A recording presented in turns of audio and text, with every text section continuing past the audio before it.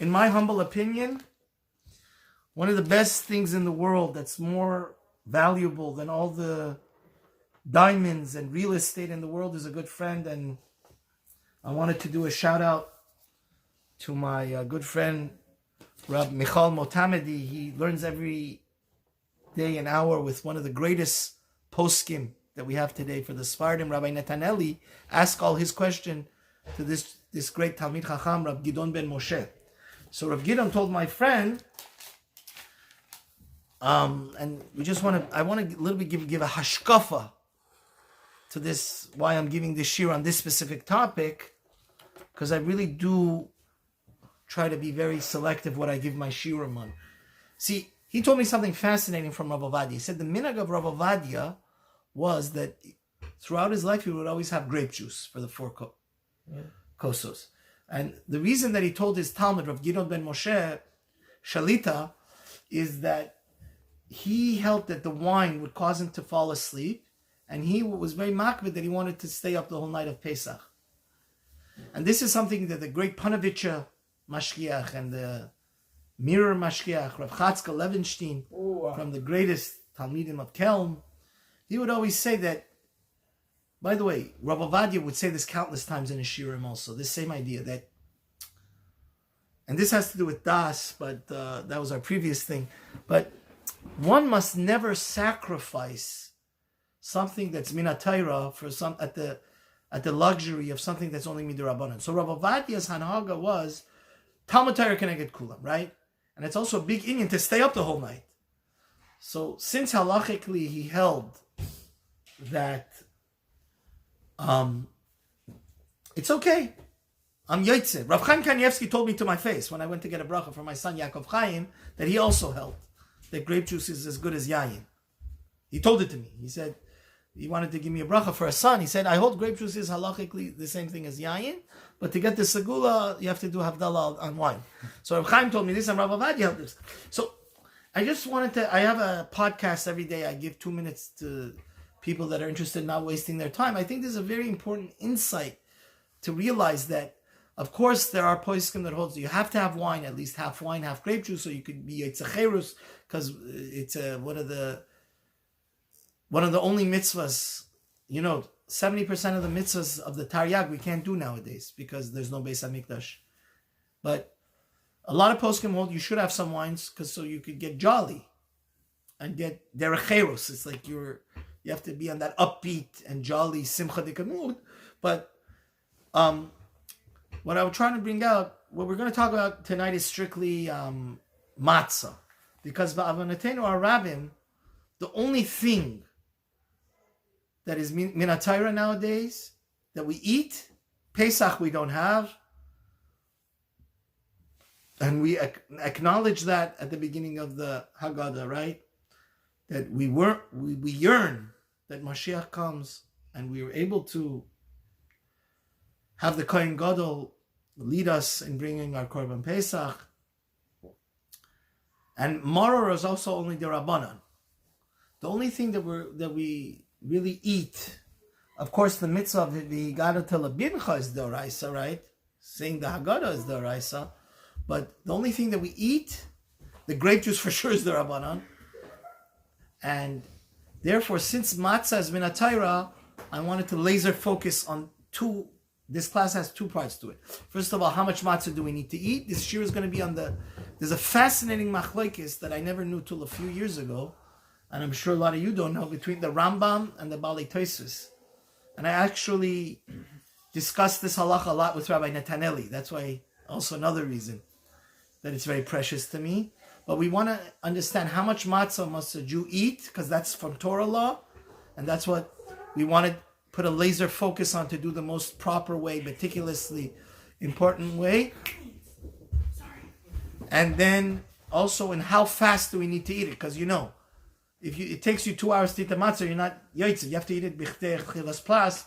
We're going to bring all the different machlekes haposkim. So let's get right into it. Tosfos throughout Shas. There's a Tosfos in Chulin. There's a Tosfos in Yuma, and there's a Tosfos in Krisus. The Balei Tosfos in three places in Shas, they hold that shiur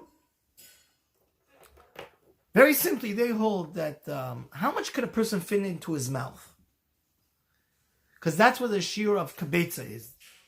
They hold a cup, it's 2 kezesim, right?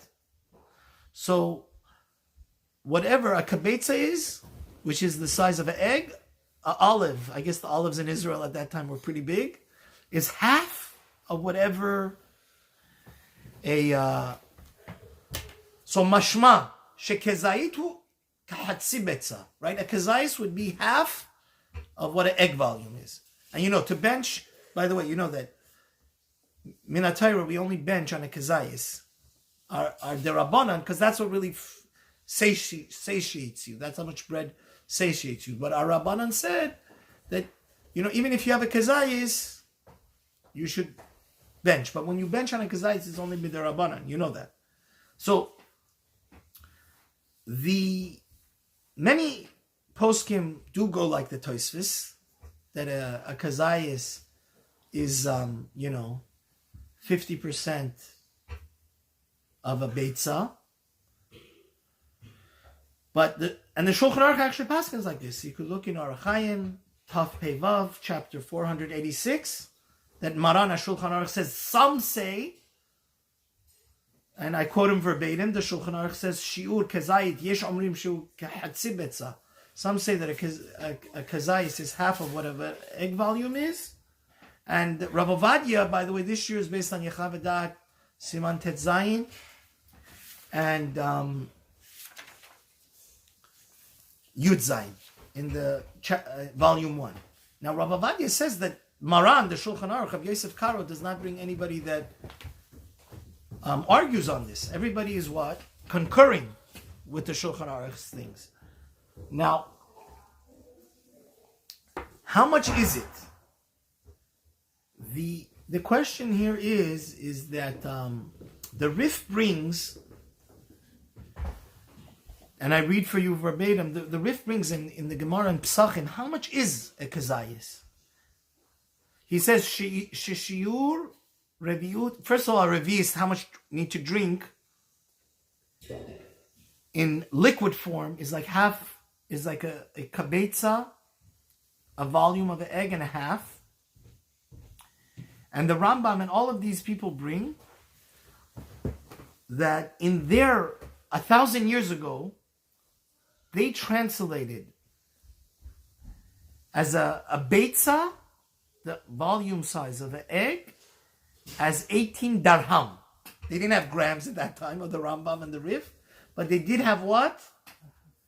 Darhams, which was kind of like an ancient version, archaic version of the.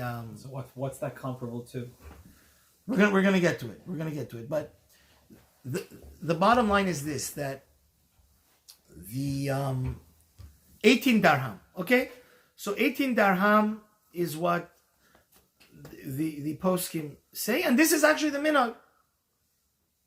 All of the Sephardic poskim, the greatest of the Sephardic achronim, which is Maran Achida, that wrote 70 Svarim, and he's the after the Shulchan Aruch, he is the highest caliber Sephardi achron. That some say the same way we accepted all the Shulchan Aruch's halachos, we accepted all the Chida. He wrote over 70 Svarim. The Chida and the Ben Yishchai and Rav Chaim Filaji, they also concur. The Minhag also, it's not only that 3 great Sephardic achronim say that it's 18 darham is a kabetza, but the Petach Devir and many poskim said the minhag was always, from where we knew, that we measured a kabetza is 18 darham, okay?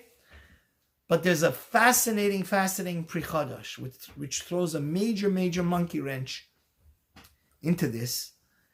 And the Pri Chadash says, I don't understand. I mean, the Pri Chadash is famous or infamous as always arguing on the Shulchan Aruch. The Pri Chadash says that, wait a second here. There's a Rambam, and you can look up at this Rambam. It's in chapter 8, Hilchos Shabbos, Halacha 8. Easy way to look it up. Hilchos Shabbos. The Rambam says that a gregaris, right? Chas v'shalom, if somebody eats on a Yom Kippur, how much is he chayiv to get kares? Gregaris, the size of a date. He says a date over there, the Rambam very crystal clear argues on the Tosis, by the way, because he says that shear of a groigeris is 1/3 that of a beitza, of an egg. Now we always know, and he bases this on the Gemara in Eruvin Daf Pei. Now we always know that shear groigeris hu yoser mishir kazayis. What's bigger, a date or an olive? Obviously, what? A date. A date. And yet the Rambam says that a date is only what? Again, shiur grogeres hu shlish kishir beitza. So the Pri Chadash is shocked that why the Shulchan Aruch. We know the Shulchan Aruch. By the way, before the Shulchan Aruch came out, especially for the Sephardim, to this day the Yemenite Jews, they do everything according to the Rambam. And I want to ask you a question.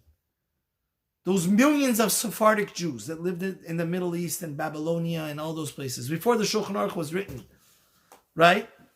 What would they do? Who would they follow? They would always follow what? The Rambam. So much so that Rav Ovadia says, it's brought down historically, the great historians that are Talmidei Chachamim, they say the Shulchan Aruch is very hesitant to ever argue on the Rambam. Because a lot of times in a lot of different communities, the minhag was like what? Rambam. The Rambam. So what, you're going to change everybody's minhag because you came and wrote the Shulchan Aruch? What, you're better than the Rambam? I mean, we're not here to compare our Gedolim, but the Rambam was, somebody that was unbelievably great. So the Pri Chadash is very, very upset at the Shulchan Aruch. He says, first of all, according to the Rambam, a kazayis is at most only 1/3 of a kabetza, not 1/2 of a kabetza. And therefore, the Pri Chadash that was very only kind of was a contemporary of the Shulchan Aruch, lived just a few years after. He goes that why would I follow Tosfos versus the Rambam? And the Pri Chadash says that Shekain Iker Kedas Rambam. He says that the a kazayis is not like the Shulchan Aruch says and the Tosfos says. He says, I would follow that. It would only be 6 darham. You understand? So it comes out a fascinating machlekes that it comes out a very big machlekes harishonim here. On one side, we have the 3 Bali Tosfos in 3 different places in the Shas. They hold that a kazayis basically is half a kabetza, and therefore, according to the Rif and the other Rishonim, in their measurements, they measured it and they said our Messiah is 9 darham. But according to the Rabbeinu Tam, also happens to hold like the Rambam, by the way. The Rabbeinu Tam is a big Rishon. It comes out that the Rambam and the Rabbeinu Tam, they hold that it's only what? 1/3, and 1/3 would be 1/3 of 18 darham would be 6 darham. Now, there was a great, great, great Sephardic posek that his name was actually Rabbi Shmuel Cohen Gadol, they would call him. He was such a great Talmud Chacham, they would call him Rabbi Shmuel Cohen, the Zera Amet. He wrote the first tshuva, when we had the corona. He's the first one that says that you should, before they had vaccination, they had something called inculation. He's the first person that says that it's good to it's okay. It's the right thing to put yourself in danger to get vaccinated. So the Zera Amet even has a bigger problem with the Shulchan Aruch. And this I asked Rabbi Nataneli, which we'll get to. He says not only that, first of all, we demonstrated the Rambam and the Rabbeinu Tam argue on all these Tosfos, and they hold that it's 1/3. A olive size is not 1/2 of an egg; it's 1/3 of an egg, which would translate to 6 darham. But he says he brings a raya from the Rif, the Rambam we already knew from the Pri Chadash, and the Rosh. So he says, oh my goodness, the Shulchan Aruch told us in his introduction to his book that how does he come to his conclusions, right? Right, this is the most famous thing. The Shulchan Aruch says that push comes to shove. See, that's the greatness, and I know, you know how much I love the Ashkenazim. My greatest people up here are all Ashkenazi, but one of the great things that the Rambam and the Sephardic Achronim do, they always want to get to the halacha lamaisa. After all the pilpul and you make 100 somersaults, lamaisa, what do we need to do? Bottom line is, you need to pull the trigger. What halacha? Who do we follow? Because there's all these different rishonim. So the Shulchan Aruch gave us a very clear formula. He says the three number one people I make as the pillars to the Shulchan Aruch is the Alfasi, the Rif, the Rosh, and the Rambam. If in any given sugya, if two of them follow one opinion, like when you give testimony, Al Pishtei Eidim Yakum Davar. So the Zera Emet is shocked. He says, first of all, both the Rambam and the Rosh and the Rif, they hold that it's a third. It's not a half. So it should be 6 darham. So the Zera Emet also says, he says he has no way. By the way, if anybody wants to do homework, the Gra in Shulchan Aruch comes to, it's a very big question on the Shulchan Aruch, why he would abandon his three number one pillars and go follow the Tosfos, which is very unusual for the Shulchan Aruch to do. Yeah. The Grozal has a yishuv to this. That's above the scope of our lecture. But the Grozal is also bothered by this shaila. He brings a yishuv to the Shulchan Aruch. But the Zera Emet says he's very, very disappointed. He doesn't understand. He doesn't want to argue on the Shulchan Aruch. He doesn't have as much guts as the Pri Chadash did. But he says at the end of the day, if anybody's sick or a child or anybody's older, he says they can if they get a stomach ache or they get ill by eating too much matzah, he says easily you have more than enough great people to be Saimach on. I mean, the Shulchan Aruch is very important. Klal Yisrael accepted the Shulchan Aruch, but in the end of the day, the Shulchan Aruch is not following his own formula, and he's putting aside who? The Rambam, the Rif, and the Rosh. He's going for a larger. I guess the Shulchan Aruch is going for a much larger. Now I want to tell you like it's a little secret here, by the way.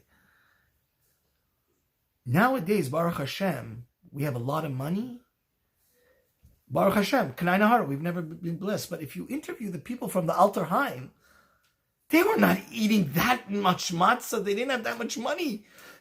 I have a theory to say that they probably were being saimich on the sheet of the three main halachic rishonim, which is the Rambam, the Rif, and the Rosh. And that's why the Zera Emet says, if anybody's ill or sickly or old, and it's too hard for them to have, because we hold that 9 darham, a kazais, is 27 grams. So he says that you could have 20 grams, right? You could have 6 darham. And he says for sure anything that's derabanan, like kairech. Because some people, like me included, some years I got terrible stomach aches from having the matzah. It's very hard to digest, and if you have a sensitive stomach. So I'll read for you verbatim.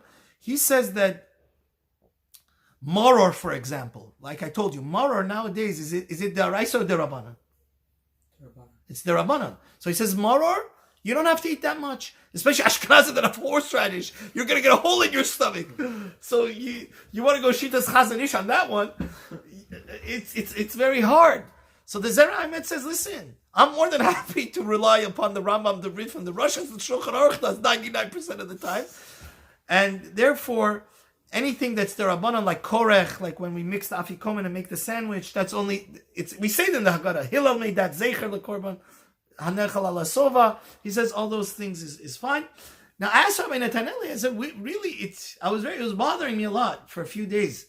And I met up with Rabbi Netanelli. I said, really, why would the Shulchan Aruch abandon his 3 great pillars and go follow the Tosfos? He said that the Shulchan Aruch had some type of Ruach HaKodesh. He felt that in Shamayim, even though usually, right, he tells us in the introduction that the way I come to my halachic conclusions is following 2 out of the 3. Here, 3 out of the 3 go in, right? It's not only 2 out of the 3, it's 3 out of the 3 follow this sheet of 1/3 of that a kazai is 1/3 of a kabetza.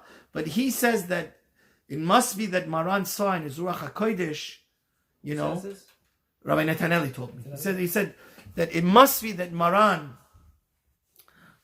saw that the halacha in Shamayim is that Hashem wants it that, we should eat more. I guess it gives us more spiritual energy, whatever. 1 second. So then why would the Shulchan Aruch have got that Ruach HaKodesh and not the other three halachic pillars get that? No. The three halacha poskim, that's how they learned, that's how they interpreted the thing, right? The Shulchan Aruch coming at a later time in history, and he has to decide which opinion to follow. Yeah. So the Pri Chadash and the Zera Emet are just telling you, just for your knowledge, you should know.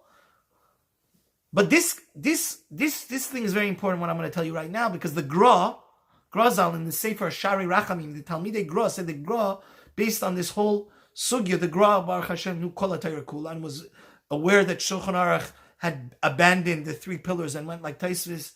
But the Grazal says it's for this reason. Now this is a very important halacha l'maisa, because in the last year I told a few people this, and it's a very important mitzvah. It was worth it for you to come to Philly just to hear this. It's important mitzvah to warn people, because the Grazal says that's why, and I'll read it to you from Sefer Minhagei Hagra. The Gra says, "Nachain lahazir shelo yachol adam machal kashir shlish beitza." He says, and Rav Ovadia also agrees with this, as does anybody with common sense that has das.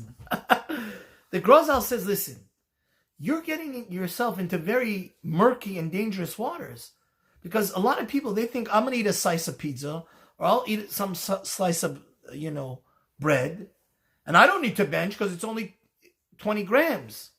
Well, guess what? According to the Rambam and the Rosh and the Rif, and as we'll see a lot of later day poskim, it's a whole machlokas how to translate the 18 darham into grams. That's another, technical thing. But the Gra says, anytime, he says, either you have less than 20 grams or you have more than 27 grams. If you get into this gray area, you shouldn't do that. You know why? Because now you're in a suffix. According to the Tosfos and the Shulchan Aruch, you do have to bench. You don't have to bench. But according to all the main poskim and the Pri Chadash, it's an astonishment thing. Now, Rabbi Netanyahu said the Shulchan Aruch saw in Ruach HaKodesh, but who has the guts to go against the Rambam, the Rosh, and the Rif? So this gray zone, right, between 20 and 27 grams, the Gra says, and Rabbi Netanyahu said, yes, he instructed me that I should teach this to everybody. So you guys, my Talmidim, anybody that's watching, I'm going to send this to Rabbi Netanyahu's Talmidim. This is something that one has to be careful of. Because if you have a conscience, which is a good thing to have, and fear of Hashem, which is the whole goal that we're trying to get to, right? Because Torah without fear of Hashem is worthless, like somebody that has Torah and doesn't have Das is worthless. So at the end of the day, who has the guts to be between 20 and 27 grams, right? And according to a lot of poskim, you need to bench. And this brings me to the final portion of this part of the class, and then we'll quickly finish up this year. The great Balatanya, the founder of the Chabad movement, for all my Chabad Talmidim, he brings in Tav Pei Vav another issue. He's also bothered. This is actually a very big problem that the Achronim are bothered with. Like, what's going on? Who should we follow? Should we follow the Rambam? The Shulchan Aruch himself told us we should also always follow the Rambam, the Rosh, and the Rif. Now he goes like the Tosfos. The same problem the Gra had and the Zera Emet and the Pri Chodesh, the Achronim have, they have the problem. So the Griz, one of the great Balatanya, the Alter Rebbe, Shulchan Aruch HaRav, he says a fascinating thing. He says, listen, anything that's Minat Torah, for example, the first night, we know, is the second night, gentlemen, everything we do the second night, is it Midaraisa or Midarabana? Midaoraita or Midarabana? What is it? Darabana. So he has a fascinating chap. The Griz says that, listen, the way I make peace between this whole problem is that I'll tell you, anything that's Minat Torah, since the Shulchan Aruch was machmar like Tosfos, let's follow Tosfos and we'll have the larger volume, right? Which is what? 27 grams or 9 darham, right? The ancient measurement. But I'll read for you verbatim. Aval b'maror, maror, like we said, is the Rabbanon. So the Shulchan Aruch HaRav is saying the same thing the Zera Emet said, our Kohen Gadol, Rabbi Shmuel Kohen Gadol. He says, since maror, even the first night is the Rabbanon. or anything that's the second night that's the Rabbanan, he holds you could be mekel and only have 20 grams. A lot of people don't know this. I didn't even know this. I mean, it's a fascinating thing to know. And he says, but the Graz does give us a warning sign. He says that by benching, because a lot of Rishonim also hold ala michya min ha-Torah. Did you know that? The Rashba, many Rishonim hold that to say ala michya after having cake and cookies and cereal is also, it's the same thing as benching. It's a whole machlokes Rishonim also, whether ala michya is the same, is a mitzvah asay deraisa. Some hold that, what difference does it make? That you washed on, but this is also wheat, so who cares? Since it's sweet. A lot of Rishonim hold that. So the Graz says that if you, and I read it verbatim, he says, he says the same thing as the Graz. So isn't that a great night? We made a lot of peace tonight. Rav Ovadia brings that, he says the same thing. He said, don't go into that gray zone between 20 and 27, you understand? Either have less than 20, so according to all shitas, you don't need to say a bracha achrona or bench, or have more, 27 or more, right? So to finally finish off, originally Rav Ovadia many decades ago in the 70s said that 9 darham was 29 grams, but later they found, they did an archaeological test and they did more scientific research. In the final conclusion, they came out that a kazayis is 27 grams, and that's what we should do. That, of course, the first night, going back to the beginning of this year, to summarize, since the first night is the Oraisa, definitely for Matzah, one should be machmir. And Rav Ovadia says it's absolutely no problem to measure. If you really want to, I had over here, now approximately out of the round shmura matzah, how much is so definitely 1/2 of the thin matzah is definitely a kazayis, and 1/3 of the thicker ones, right? The second night, if you want to go like the Rambam and the Balei Tosfos, you could be making like the poskim to say 1/3 of the thin ones or 1/4 of the thicker ones. But I would be doing you a disservice because there's also a machlokes how to translate this darham. See, there's many Sephardic poskim, the great Rosh Hashiva Chacham ben Sion Abba Shaul, which is another machlokes for another night, whether you go according to weight or volume. Rav Ovadia says if you have 27 grams, for sure you'll have 27 grams worth of volume, because it's a whole different machlokes how you, really we should go by volume, not by weight. But just to let you know, the great chief rabbi, which was a great Moroccan posek, Rav Mashash, Rav Ben Sion Abba Shaul, they say it's 20 grams. They hold that 9 darham is not 27 grams. See, that's another reason to be machmir for that thing the Gra and the Balatanya, the Shulchan Aruch HaRav say. Because according to a lot of poskim, anyways, 20 grams is a kazayis. And a lot of Ashkenazic poskim hold that way. Rav Mazuz and Rav Moshe Levi, one of the greatest people that died very young, he wrote many svarim. He was a Goyin Adi, Rav Moshe Levi, the Menuchas Ava, and he also holds like that. He was a great Sephardic poskim. He also holds that it's 20 grams. Just like I said last week, I just want to say that last week we gave a shir whether shmura matzah you could use the machine made. If the second night, it seems that definitely one could be makel. Rav Mazuz holds that 15 grams of since it's much thicker, the machine made matzah 15 grams already, you're getting enough volume of 9 darham. So he holds that. That's that. Now, another very important component that we're going to cover very quickly is how quickly does one need to. One has to be very careful not only to have the 27 grams of matzah, which is min ha-Torah, but also one has to have it bichlei. Okay, here's a very important thing. If you eat your matzah like an ant or a turtle, you haven't really experienced the whole flavor of it, and it's not considered eating according to Torah. You understand? We see this throughout Shas, that wherever we eat, that's why, by the way, parenthetically, everybody, you never make a bracha achroina on soup or on ice cream, because it usually takes more than 4 or 7.5 minutes to eat it. Eating, according to the Torah, is within a certain time frame, because then you have pleasure from it. It's a real eating experience. It's not like you're eating like a nibbling on it or snacking on it.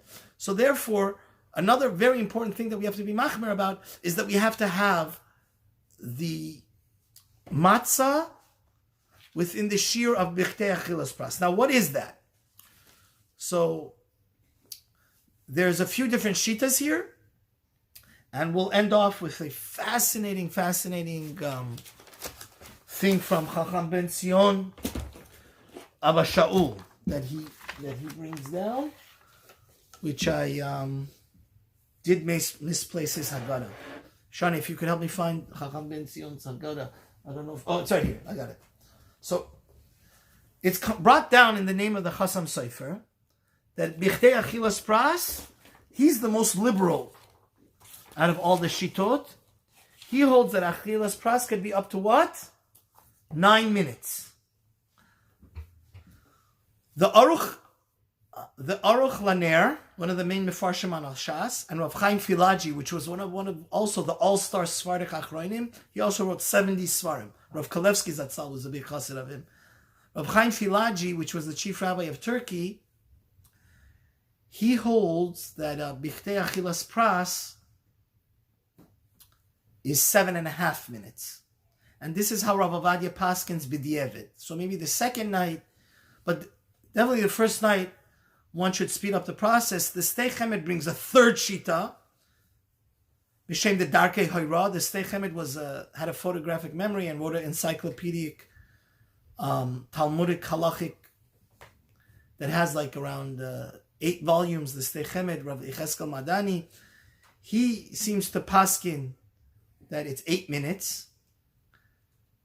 Rav Ovadia brings another shita from the great Chabad Rebbe, which was a great pesach, and the Tzemach Seder called 6 minutes. Now the most fascinating shita here, which maybe at one time, if Hashem gives me the zechut, the privilege and the honor, he was a great Chabad chassid, and he was a great gaon. He was a Talmud of the Rebbe's. The Tyrus Chesed, he was a Lubliner. He lived in the Lublin. He brings a fascinating thing, which I think, who am I to decide between these giants? But I did a lot of research on this sugya, and I went to his tshuva that I printed here. He brings rayas from throughout Shas that I think this is actually the most accurate. Think about it like this, guys. Would it take you the same time to swallow lettuce maror than it takes you to swallow hard, dry matzah? He has a fascinating shita, which he brings a lot of rayas to from many places in Shas. He was a great guy. He says it depends on the food. Depending on how easy the food is to swallow, right? So it could be that, according to him, since, by the way, that Sephardic, our matzahs were more like laffa bread. You know that. And my dear friend that we started the shir from, he has a whole shtickle Torah that's the way we should do it. You're not really yaitzel lechatchila because it's like the Teimani. Like the Teimani. No, the Moroccan. Everybody. The thing was, guys, you have to understand.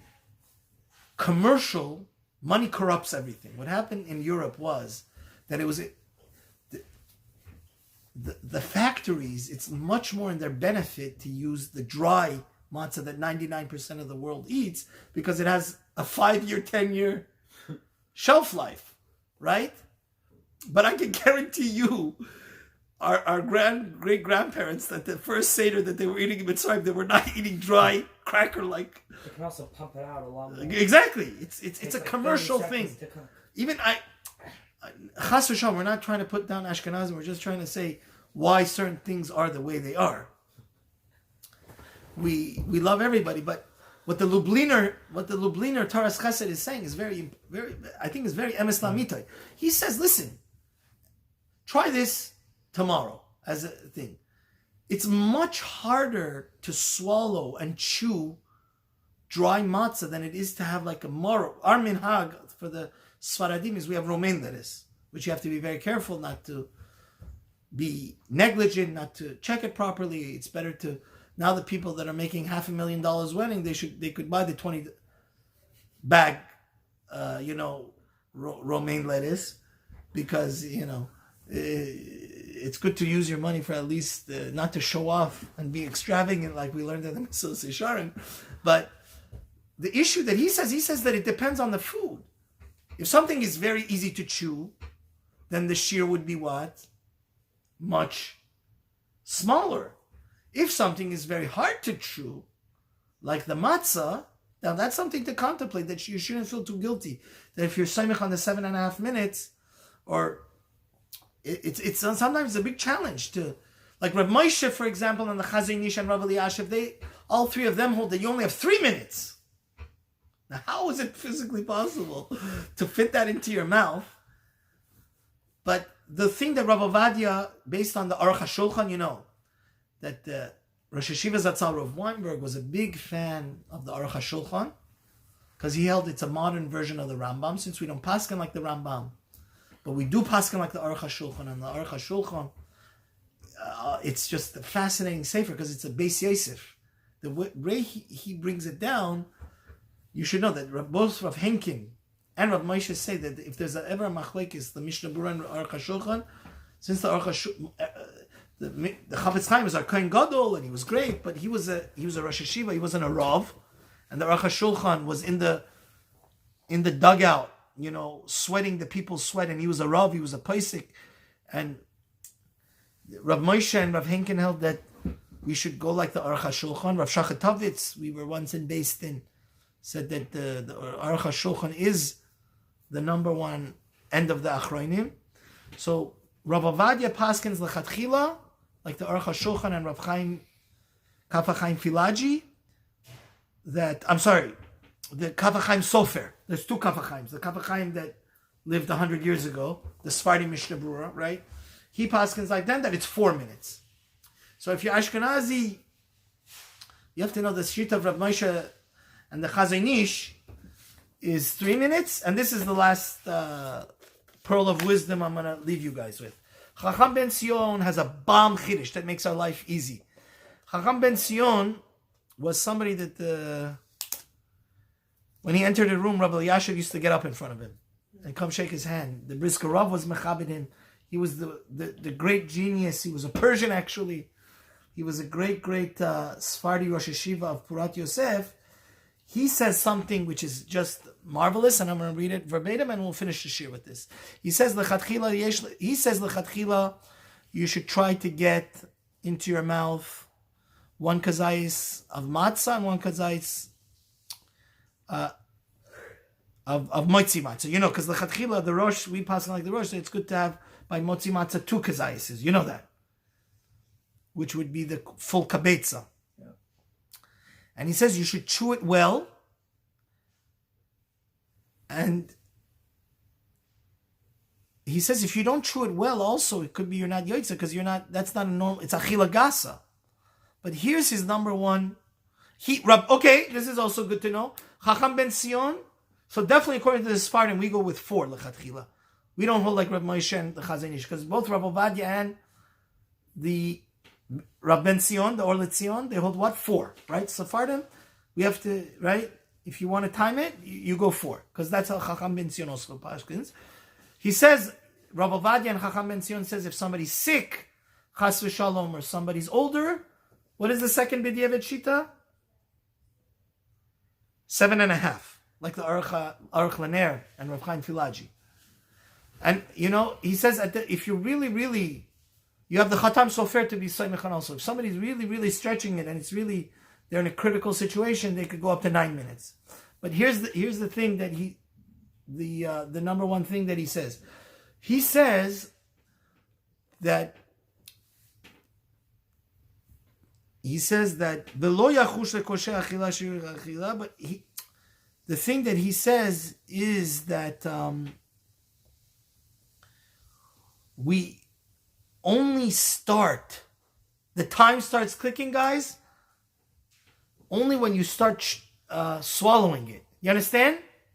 He says the whole time that you're chewing it, that's not the time that, I don't know why I can't find it here, but he says that the time only starts clicking, which makes our life much easier, from when you start what? Not from when you start chewing it. From when you start what? Swallowing it, which would make sense the shita of the Marcheshes and the Kilas Yankiv, because Rav Chaim Kanievsky's father says you only have 2 minutes, or you only have 3.5 minutes according to the Marcheshes and Rav Moshe. So that's something to ponder. May Hashem help us that ultimately everything we do the night of the Seder should be Nachas Ruach, and Hashem should accept it. Next year we should be in Yerushalayim. Amen.